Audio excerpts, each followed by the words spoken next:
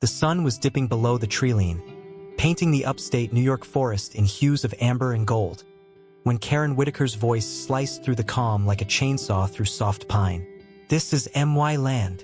Get your filthy tent off my property right now," she bellowed, her arms flailing like a windmill caught in a storm. I stood there, Tom Bradley, 52 years old and no stranger to the woods, my hands still greasy from tending the campfire. My buddies, Mike and Dave, froze mid-bite, their hot dogs dangling from skewers as they exchanged glances that said, "Is this chick for real?" Karen's face was a shade of red I'd only seen on overripe tomatoes, her oversized sunglasses sliding down her nose as she jabbed a manicured finger at my tent. I squinted at her, then at the sprawling pines around us. 200 acres of pristine wilderness I'd inherited from my dad, every square foot legally mine. And here was this woman, acting like she'd staked her claim in a gold rush. I couldn't help it. I laughed. "Big mistake." "Something funny, squatter?" Karen spat, stepping closer, her floral blouse clashing violently with the earthy tones of the forest. Behind her, a dirt trail snaked toward Pinecrest Estates, the HOA-governed neighborhood a half-mile away, where I figured she'd marched from. Mike, ever the smartest, leaned back on a log and muttered, "Lady, you sure you didn't get lost on your way to a book club?" Dave snorted, nearly choking on his beer. Karen wheeled on them, her eyes narrowing to slits. "You think this is a joke? I've got papers. This land belongs to Pinecrest, and I'll have the sheriff drag you out if I have to." Her voice hit a pitch that could have scared off the deer I'd been tracking all morning. I raised a hand, trying to keep things civil. "Ma'am, I think there's a misunderstanding. This is my property. Been in my family since." "Your family?" She cut me off, practically spitting the words. "Don't give me that backwoods nonsense. I've lived here for 15 years, and my HOA map says this is ours. You're trespassing, and I don't tolerate thieves." She clutched a rolled-up piece of paper like it was the Declaration of Independence, waving it without letting me see. I glanced at Mike, who mouthed, "Karen alert." Dave, barely containing a grin, whispered, "Bet she's got a manager on speed dial." I bit back a smirk. This was my first weekend off in months. A chance to unplug with my oldest friends on land that meant more to me than any city penthouse. And now I was starring in a showdown with the neighborhood's self-appointed dictator. Let's rewind 48 hours to make sense of this mess. I'm not the kind of guy who goes looking for trouble. Grew up in Rochester, learned to hunt and fish from my dad, a land surveyor with a nose for deals. He bought this forest in the 70s for pennies, back when nobody wanted it, and spent his life fighting off developers who thought they could bully him out. When he passed 5 years ago, he left it to me, along with a dog-eared property deed I carry like a Bible. It's not just land. It's where I scattered his ashes, where I come when the world gets too loud. Widowed 3 years now, I don't have kids or a corner office, but I've got these woods. So when Mike, a mechanic with a mouth sharper than his wrench, and Dave, an accountant who'd rather be fly fishing than crunching numbers, suggested a camping trip, I jumped at it. We packed my old Jeep with gear, tents, coolers, a beat-up radio, and drove 3 hours to my slice of paradise. Set up camp by a creek, deep in the heart of the forest, far from any HOA nonsense. Or so I thought. Friday night was perfect.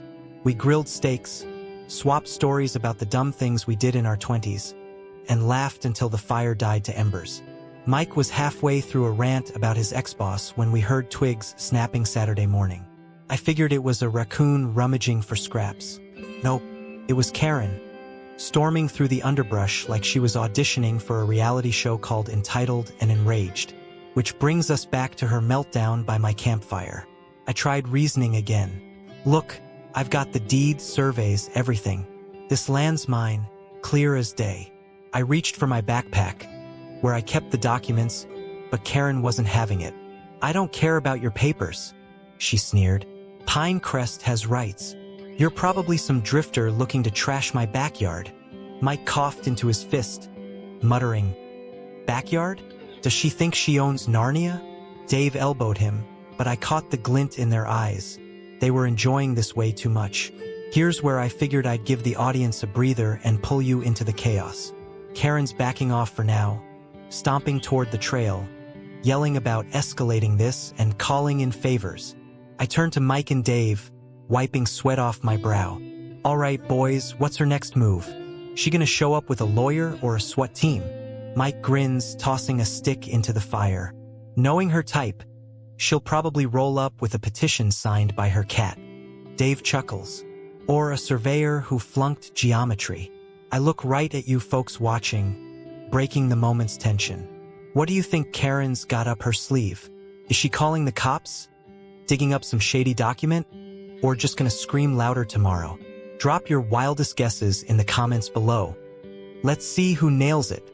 Mike tosses in extra points if you predict her hairstyle. That's when I know we're still in for a ride. Karen didn't leave quietly. She spun around one last time, her sunglasses now perched like a crown. You'll hear from me, she hissed. And you won't like it. Then she marched off, her sneakers kicking up dirt, leaving a trail of rage in her wake. I waited till she was out of earshot before turning to my buddies. Well, that's one way to spice up a camping trip. Dave raised his beer. To Karen, the human tornado. Mike clinked his bottle against it. And to Tom, who's about to school her. I shook my head, but I wasn't as calm as I let on. I dealt with pushy types before, developers, tax assessors, but Karen had a vibe that set my teeth on edge. Like she wasn't just wrong. She was personal about it. That evening, she made good on her promise to escalate. Around dusk, as we were roasting marshmallows, headlights cut through the trees. A golf cart, puttered up carrying Karen and a guy I later learned was her husband, Gerald. He looked like he'd rather be anywhere else, clutching a thermos like it was his lifeline. Karen hopped out, waving that same rolled-up paper, now unfurled to reveal a grainy map with Pinecrest's logo slapped on it. This, she declared, proves my boundary line cuts right through your little hobo camp. I stepped closer, peering at it. The map was a mess, hand-drawn lines, no scale, no notary stamp. My dad would have laughed it into kindling. That's not a legal survey, I said, keeping my tone even. My deeds from the county, dated 1978. Wanna see? I pulled the folder from my pack, but Karen swatted the air like I'd offered her a dead fish. I don't trust your papers. Gerald, tell him. Gerald mumbled something about checking with the board, then stared at his shoes. I planted my feet, crossing my arms. Call whoever you want. Sheriff, HOA, Ghostbusters. I'm not budging. Karen's eyes flashed, but she didn't have a comeback. Instead, she yanked Gerald's arm, dragging him back to the cart. This isn't over, she called as they peeled out, leaving a cloud of dust. Mike waited a beat, then deadpanned. Think she's got a voodoo doll of you yet? Dave cracked up, but I was already replaying her words. My boundary line. Something about her certainty gnawed at me. I glanced at the fire, the flames licking higher, and muttered, "This is why I stick to the woods." Tomorrow was gonna be interesting. The morning after Karen's golf cart grand exit, I woke to the sound of a pickup truck grinding through the forest trail, its engine coughing like it had a personal grudge against silence. I rolled out of my tent, rubbing sleep from my eyes, and muttered to myself, "Round 2 already?" Mike was sprawled across a camp chair, snoring loud enough to scare the birds, while Dave poked at last night's embers, trying to coax the fire back to life. I glanced toward the trail, expecting another Karen cameo, but this was bigger, way bigger. Karen Whitaker wasn't just a loudmouth with a flimsy map. She'd brought the cavalry. A sheriff's cruiser rolled in behind the truck, followed by a guy in a cheap blazer clutching a surveyor's tripod like it was his ticket to the big leagues. Karen hopped out of the pickup, her smirk so wide I could have driven my Jeep through it. "Told you I'd be back," she crowed, planting her hands on her hips. "Now let's settle this, squatter." I took a deep breath, the kind you need when life decides to toss a grenade into your weekend. Sheriff Daniels, a guy I'd met once at a county fair, gruff, fair, and not a fan of drama, climbed out of the cruiser, adjusting his hat like he was already regretting the drive. The surveyor, A weaselly type with a name tag reading Vince started setting up his gear without so much as a hello. Karen waved that same dog-eared HOA map, now taped to a clipboard for extra flair. "Sheriff, this man's trespassing on Pine Crest property," she declared, loud enough for the squirrels to take notes. "My map proves it, right, Vince?" Vince nodded, avoiding my eyes, his hands fumbling with a laser pointer. I caught a whiff of setup stronger than the coffee Dave was brewing. Mike, now awake, whispered. "She's got the sheriff and a surveyor? What's next?" "A marching band." Dave snorted, but I kept my focus on Daniels. If Karen thought she could bulldoze me with a badge and a tripod, she was about to learn I don't fold easy. Let's back up a bit, because this forest isn't just dirt and trees to me. It's blood and bone. My dad, Frank Bradley, wasn't just a surveyor. He was a bulldog with a pencil, sniffing out land deals nobody else saw coming. Back in '78, when developers were circling upstate New York like vultures, he snapped up these 200 acres for less than a used Chevy. He fought tooth and nail to keep it wild, teaching me to read plats and deeds before I could drive. One summer, when I was 12, he spread a survey map across our kitchen table, pointing to every corner of this forest. "Tom," he said, "land's only yours if you know where it starts and ends." That lesson stuck. After he passed, I found his old field notes tucked in with the deed, scribbled with tips like check the chain of title and never trust a handshake. So when Karen started waving her HOA map like it was gospel, I wasn't just annoyed, I was ready. My backpack held the deed, a 1970s survey, and title insurance all folded tight. Karen could scream all she wanted. I had the receipts. Back to the standoff. Sheriff Daniels tipped his hat, his voice low and steady. "Morning, Tom. Got a bit of a dispute here. Mind showing me your paperwork?" I nodded, unzipping my pack while Karen huffed like I'd insulted her grandma. I handed over the deed and survey, both stamped by the county, clean as a whistle. Daniel squinted at them, flipping pages, while Karen jabbed her map at him. "Sheriff, look here. Pine Crest's boundary cuts right through this clearing." Vince confirmed it. Vince, now sweating despite the morning chill, started pacing off measurements, his laser darting around like he was auditioning for a sci-fi flick. I watched him fudge a marker by a good 10 feet, muttering about discrepancies. Daniels raised an eyebrow but didn't call it out. "Not yet." "Tom, this deed looks solid," he said. "But Karen's got a point about verifying boundaries. Vince, what's your take?" Vince glanced at Karen, then stammered, The HOA map shows overlapping claims. Need to double-check. Overlapping claims, my ass." I smelled a fix, and Karen's smug grin wasn't helping. That's when the game changed. As Vince tripped over his own tripod, a battered ATV growled up the trail, kicking up dust. Out hopped Ellie Harper, late 70s, with a gray braid and a glare that could curdle milk. I'd seen her around town. Retired county clerk, sharp as a tack, and nobody's fool. She parked her ATV and marched over, ignoring Karen's attempt to wave her off. "Tom Bradley, you causing trouble again?" she teased, her eyes flicking to Karen. "Or is it the usual HOA circus?" Karen bristled. "This is none of your business, Eleanor." Ellie smirked, unfazed.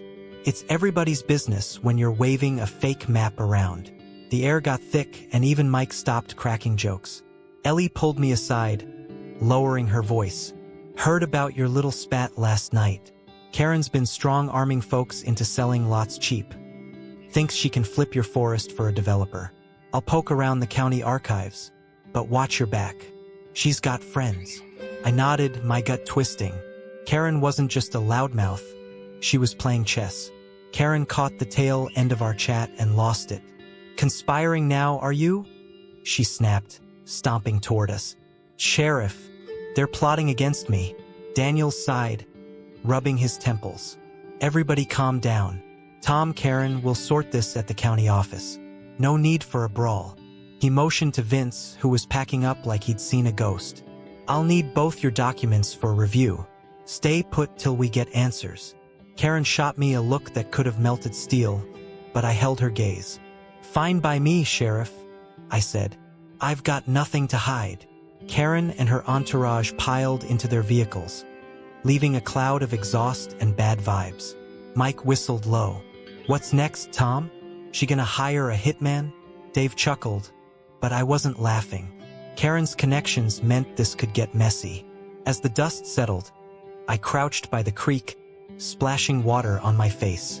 Ellie's warning rang in my head: developers, lot sales, friends. I glanced at my dad's deed, still in my hand, its edges worn from years of handling. Karen thought she could outsmart me, but she didn't know I'd been raised by a man who'd outfoxed bigger sharks than her. Mike slung an arm over my shoulder. "Bet she's calling her lawyer already." Dave grinned. "Or praying to the HOA gods." I shook my head, staring down the trail where Karen's truck had vanished. "Let her try," I said. "This forest is mine, and I'm not budging." But deep down, I knew she wasn't done. Not by a long shot. The campfire was down to a faint glow when I heard it. A rustling in the pines that wasn't a deer or a breeze. Mike and Dave were asleep, their snores battling for dominance, but my gut told me to stay sharp. Karen Whitaker thought she had us cornered with her sheriff stunt, but she didn't count on Ellie Harper. That afternoon, Ellie had called me from the county records office, her voice crackling with glee. "Tom, you're gonna love this," she'd said.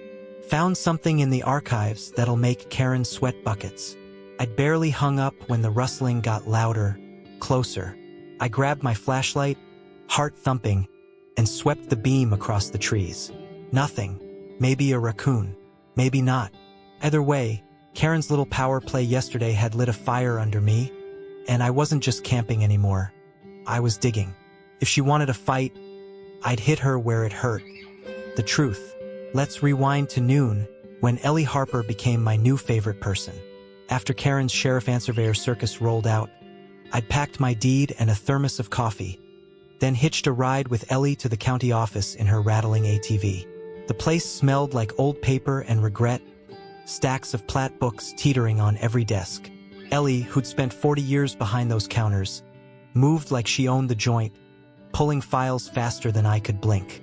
"Karen's been busy," she said, slapping a folder in front of me. Inside were records of her buying up lots around Pinecrest Estates. Cheap too, like $5,000 for parcels worth 10 times that. Folks sold after she hit him with HOA fines or leaned on him with lawyer threats. Ellie explained, her eyes glinting. "Bet she's bundling him to sell your forest to some strip mall shark." My jaw tightened. A 1990s plat map in the file showed my land clear as day, untouched by Pinecrest's greedy fingers, but Ellie dug up a newer map, stamped by that weasel Vince, redrawing the lines to match Karen's claim. "This one's fishy," she said. "No county seal, no surveyor's oath. Smells like fraud to me." That map hit me like a gut punch. My dad used to say, "A bad survey's worse than no survey. It's a lie with a ruler." I could picture him, pipe in hand, tearing Vince's work to shreds. He'd fought off land grabs like this in the 80s, when developers tried to carve up the forest for condos. One night, he'd caught a surveyor fudging markers and chased him off with a shotgun. Unloaded, but the guy didn't stick around to check. Dad's voice echoed in my head now. "Know your corners, Tom. Nobody hands you what's yours." Karen's game wasn't just about my camp. It was about erasing everything he'd built. I leaned over the table, tracing the real plat's boundary. "Ellie, if she's faking maps, what else is she hiding?" Ellie grinned, already flipping through another file. "Let's find out." Back at camp by dusk, Karen upped the ante. A beat-up sedan rolled up, spitting gravel, and out swaggered a kid who looked like he'd watched too many action flicks. Karen's nephew, Chad, mid-20s with a mullet that screamed I peaked in high school. "You Tom," he grunted, puffing out his chest. Mike, flipping burgers on the grill, didn't miss a beat. "Nah, he's the forest ranger.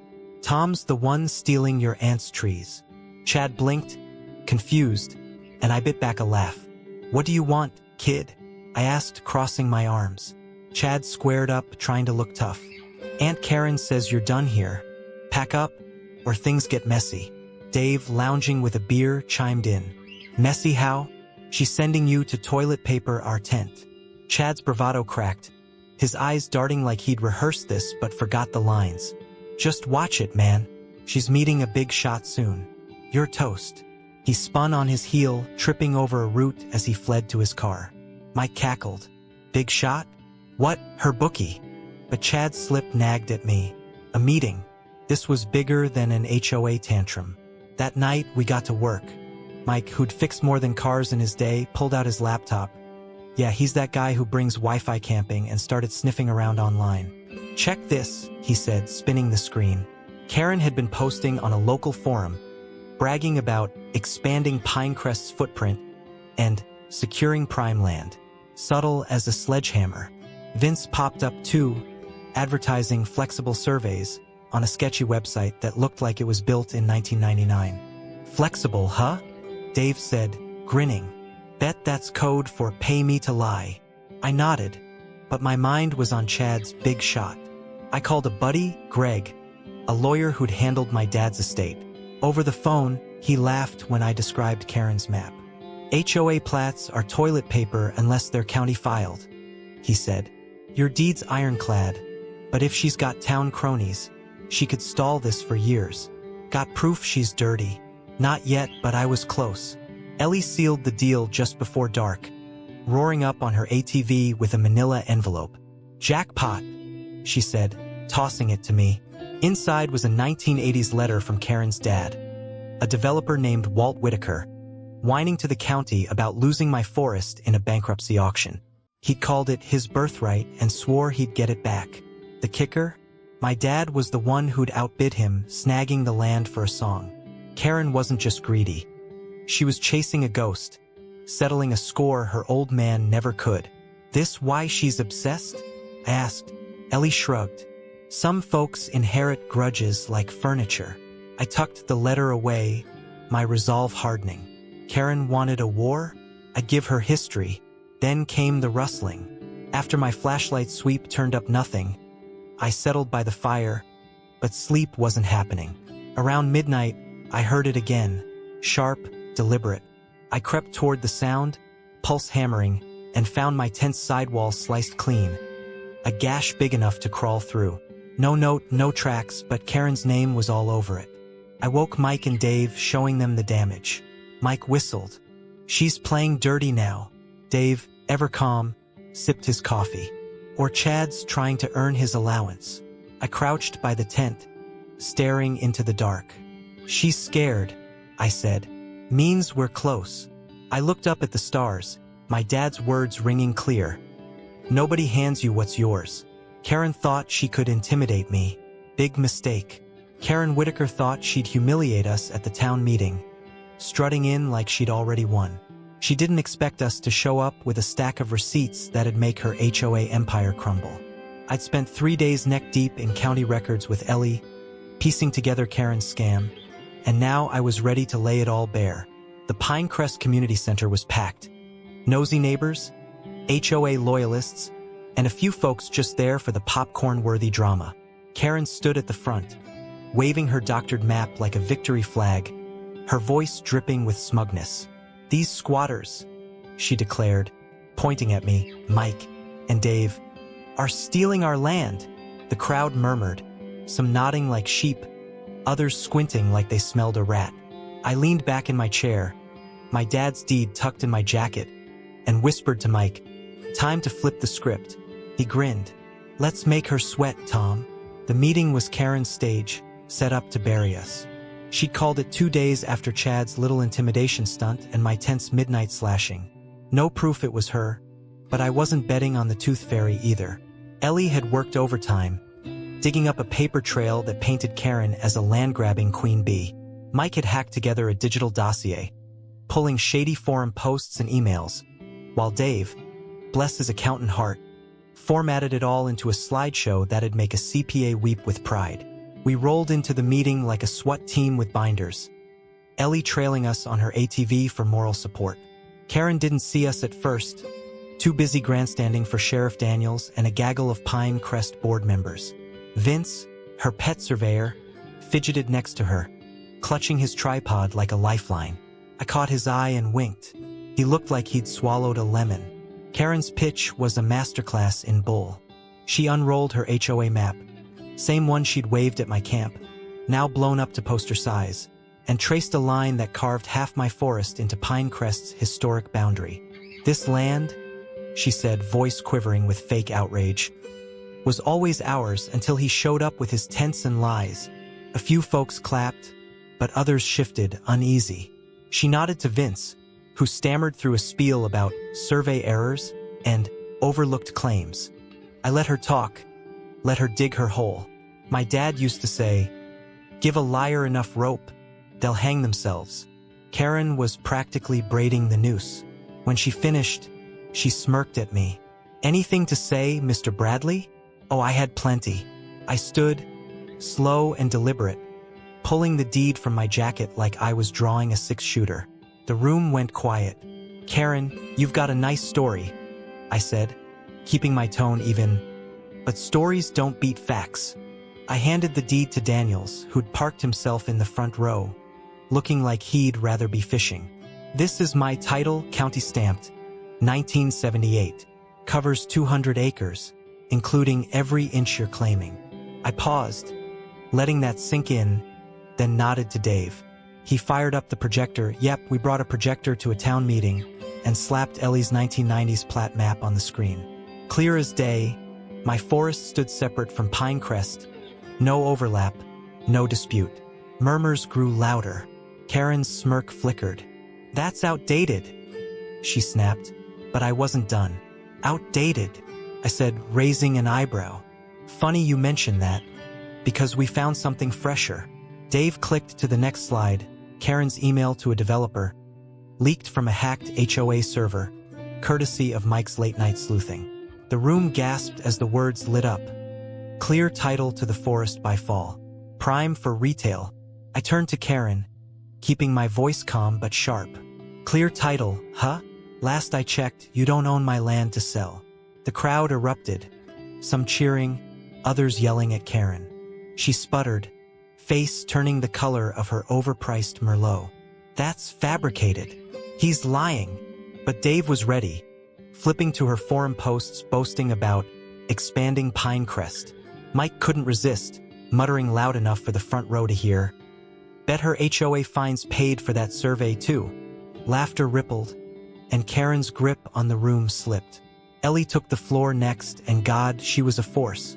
"I've seen a lot of nonsense in 40 years, she said, brandishing a file like a sword. "But this beats all." Karen's dad, Walt Whitaker, lost that forest in a bankruptcy auction in '79. Tom's dad bought it fair and square. She held up Walt's letter, the one whining about his birthright, and read it aloud, her voice dripping with scorn. "Karen's not fighting for Pinecrest. She's fighting her daddy's ghost, and she'll scam anyone to do it." The crowd turned, heads shaking, some whispering about their own HOA gripes. Gerald, Karen's husband, slumped in his seat, looking like he wanted to vanish. Then he did something nobody expected. He stood up. "I told her the map was shaky," he mumbled, voice barely audible. "She wouldn't listen." The room went dead silent. Karen's jaw dropped, her eyes blazing. "Gerald, sit down." She was unraveling, and I couldn't resist a jab. "Karen," I said, leaning forward, "if you want a forest so bad, plant one in your backyard. Might keep you too busy to fake surveys." The crowd roared, half with laughter, half with applause. Mike and Dave high-fived behind me, and even Daniels cracked a smile. Karen tried to rally, screaming about slander and conspiracy. But it was over. Vince bolted for the door, muttering about misunderstandings, his tripod clattering to the floor. The board members started whispering among themselves, and I caught one say, "We need to audit her books." Sheriff Daniels stood, raising a hand for quiet. "All right, folks, I've seen enough. Tom, your deed checks out. Karen, your map's going to the county for review." "Meeting's done." Karen stormed out, shoving past chairs, her sunglasses flying off like a bad movie prop. The crowd parted, some jeering, others just staring. I stayed put, letting the moment sink in. Ellie clapped my shoulder. "Your dad would have loved this," she said. I nodded, picturing him chuckling over a pipe, saying, "Told you, Tom. Know your corners." Mike and Dave were already planning a victory beer, but I wasn't ready to celebrate. Karen was down, not out, and that slash tent still nagged at me. As we left the center, I glanced back at the woods beyond the parking lot. Something moved in the shadows, probably nothing, but my gut said otherwise. Back at camp, we rebuilt the fire, the crackle drowning out the town's buzz. "She's done, right?" Dave asked, cracking a can. I stared into the flames. "Hope so," I said, but I wasn't betting on it. A week after Karen Whitaker's epic meltdown at the town meeting, I was back at my camp, patching up the gash in my tent with duct tape and a grudge. The forest was quiet again, the kind of quiet that sinks into your bones. Crickets humming, pines whispering, no Hoa harpies screaming about their land. But I wasn't ready to call it a win just yet. Karen's defeat was sweet, sure, but I'd learned the hard way that folks like her don't vanish. They fester. As I stitched the canvas, my dad's voice echoed in my head. "Land's only yours if you fight for it, Tom." I'd fought, all right, and I'd won. But the real kicker? Ellie Harper dropped by that morning with a bombshell that made Karen's loss taste even better. Let's just say her new address comes with a leash tighter than the one she tried to put on my forest. The dust from the town meeting settled fast. Word around town was Karen was selling her Pinecrest McMansion, claiming she was done with this backward dump. The local paper ran a story. HOA head faces audit after land dispute, and suddenly, every neighbor she'd find for a crooked mailbox or an unapproved garden gnome was spilling dirt. I sat by the creek, sipping coffee, and dug into her past with Mike's laptop. Turns out, Karen had pulled this stunt before. Back in '98, she'd bullied a retiree in Syracuse into selling a lakefront lot cheap, then flipped it for a tidy profit. In '06, she'd tangled with a farmer in Ithaca, claiming his pasture encroached on her rental property. Same playbook, fake maps, loud threats, shady allies. She'd always slithered away, but not this time. Why'd she fixate on my forest? I kept circling back to that letter Ellie found, the one from her dad, Walt, ranting about losing this land to mine in '79. It wasn't just greed. It was a vendetta, a chip on her shoulder passed down like a bad heirloom. Knowing that made me grin. Nothing stings worse than losing to the guy your dad hated. Flashback to 3 days ago, when Ellie roared up on her ATV, her braids swinging like a battle flag. "Tom, you sitting down?" she asked, tossing me a folder thicker than a steak. Inside was the twist I didn't see coming. That big shot Chad babbled about? A front for a fly-by-night firm called Apex Realty, sniffing around for cheap land to slap up strip malls. Mike, bless his techie heart, had posted our town meeting slides on a local forum. Karen's email, Vince's fake map, the works, went viral in a small-town way enough to spook Apex. Ellie's folder had the obituary. Apex folded overnight, their CEO caught in a tax fraud sting. Better yet, the county voided Karen's map, and Sheriff Daniels was poking into Vince's flexible surveys. I leaned back, picturing Karen's face when she heard her deal was dust. "She's done, right?" I asked Ellie. She smirked. "Oh, she's worse than done. Here's where it gets delicious." Ellie's grapevine, old clerks, nosy mailmen, caught wind of Karen's new digs. She'd bought a condo in a gated community down in Westchester, run by an HOA so strict it made Pinecrest look like Woodstock. Word was, they'd already cited her for an unapproved welcome mat. I laughed so hard I nearly choked on my coffee. Karen, queen of petty fines, now dodging her own kind? That's karma with a cherry on top. I could see her now, arguing over hedge height while her neighbors rolled their eyes. Mike, when I told him, slapped his knee. "She'll be writing manifestos by Christmas." Dave just raised his beer. To poetic justice. I clinked my mug against it, but my mind was already elsewhere, on the forest and what came next. See, winning wasn't enough. This land wasn't just mine. It was my dad's legacy, and I wanted it to outlast me. Ellie's folder had one last gem. My forest butted up against a state preserve, making it eligible for a conservation easement. I'd been chewing on an idea since the meeting, and now it felt right. I called my lawyer buddy, Greg, and set it in motion. I'd donate 50 acres for a public trail, named after my dad, Frank Bradley Path. Nothing fancy, just a dirt track for hikers, hunters, folks who'd get why this place mattered. The rest stayed mine, locked tight against future Karens. Greg said it'd be untouchable, short of an act of Congress. I liked that. Later, by the fire, I scattered a pinch of Dad's ashes from the vial I kept, whispering, "This one's for you." The stars winked back, like he was grinning somewhere. The camp felt alive again. Mike and Dave were already planning a blowout trip. More buddies, more beer, maybe Ellie tagging along to school us at poker. I rebuilt the fire pit, bigger this time, and we swapped stories about the showdown. Mike did a spot-on Karen impression, flailing like she did when Gerald sold her out. Dave kept circling back to Vince's sprint for the door, tripod and all. Guy ran like he owed her money, he said, and we howled. But beneath the laughs, I felt it, peace, the kind you earn. I'd stood my ground, not just for me but for every guy who's had a Karen try to steamroll what's his.